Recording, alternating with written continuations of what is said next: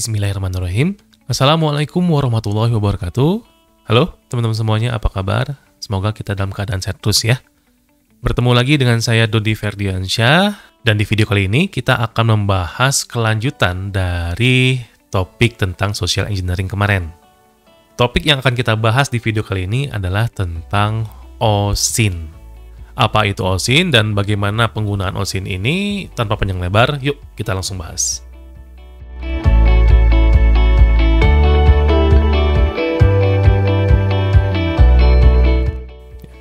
OSINT atau kepanjangannya adalah Open Source Intelligence. Ini adalah cara dan teknik apapun yang kita lakukan untuk mendapatkan informasi terhadap target.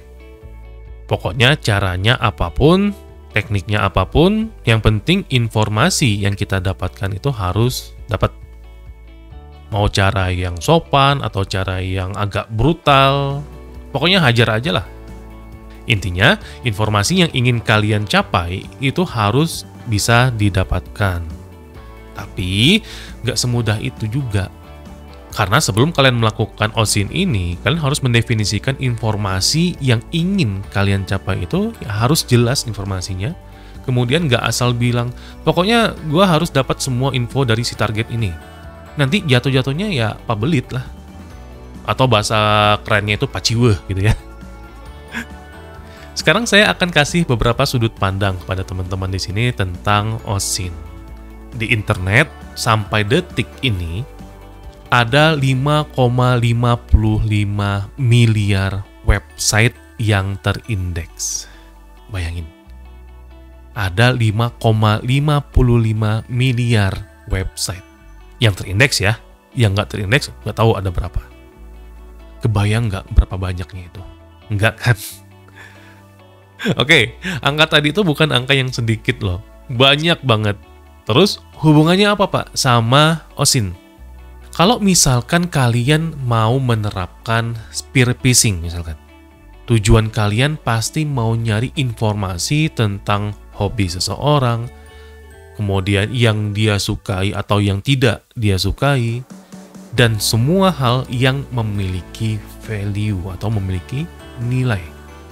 Itu kalau misalkan kalian ingin pakai spear phishing. Tapi kalau kalian ingin menerapkan phishing, pakai V ya, voice phishing, berarti kalian harus nyari detail informasi dari target tadi itu, misalkan pekerjaannya, terus peran dia di kantornya itu sebagai apa.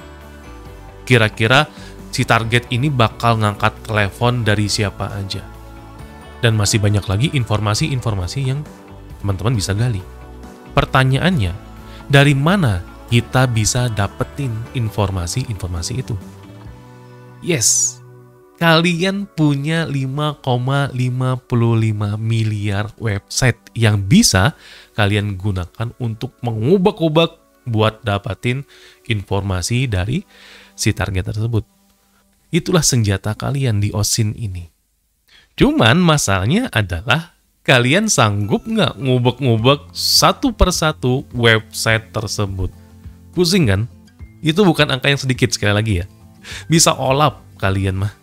Nah, disinilah peran OSINT ini masuk. Dimana dengan teknik dan tools-tools yang disediakan, kita bisa mengubek-ubek semua informasi atau isi dari website yang ada di internet tanpa perlu harus cek satu persatu. Makanya judulnya ini adalah The Troublemaker, si pembuat masalah. Sekarang saya akan kasih contoh penggunaan OSINT ini. Kasusnya kita ingin mencari akun sosial media dari misalkan mantan pelatih Arsenal ya, Arsene Wenger misalkan. Yang ingin kita cari dari Arsene Wenger itu misalkan adalah apa sih nama akun media sosial dari Arsene Wenger ini. Ini adalah goal utama kita. Untuk mendapatkan akun dari Arsene Wenger ini, apa yang harus kita lakukan? Nah, untuk menjawab ini, otomatis kita akan turunkan lagi pertanyaannya. Seperti misalkan sosial media apa saja yang digunakan oleh Arsene Wenger. Karena nggak semua media sosial pasti digunakan oleh beliau. Bayangin, saat ini itu ada lebih dari 60 media sosial yang populer digunakan oleh orang-orang di seluruh dunia. Nah, PR-nya di sini.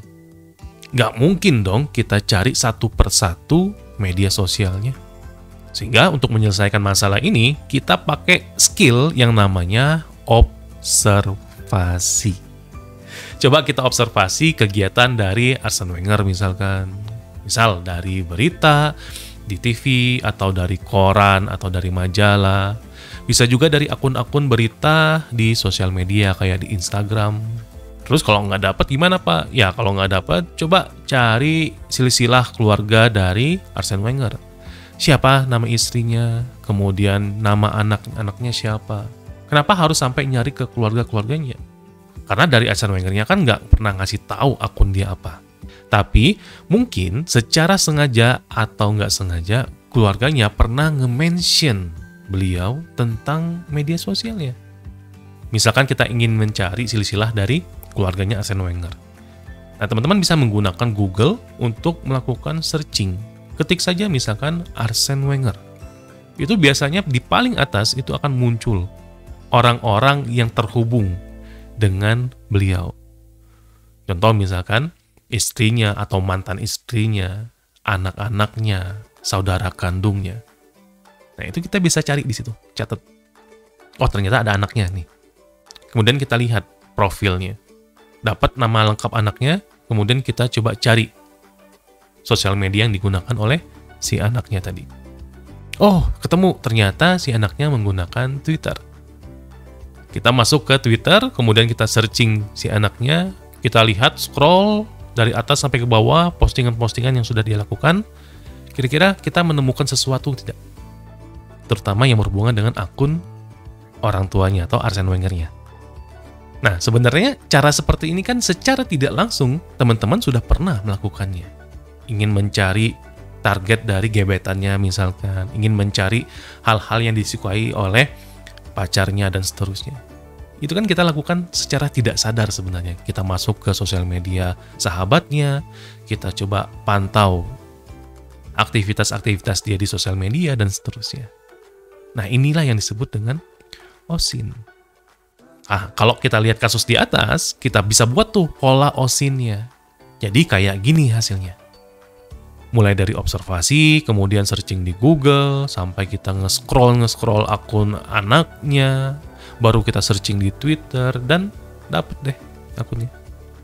Atau teman-teman pengen yang lebih simple, lebih gampang, pakai ChatGPT. Sekarang ChatGPT ini sudah banyak digunakan untuk melakukan OSIN. Tinggal searching saja di ChatGPT, misalkan akun Twitter dari Arsene Wenger. Perhatikan jawaban. Ya, zaman sekarang teknologi semakin maju, AI juga mulai dikembangkan. Ya, informasi apa yang tidak bisa didapatkan?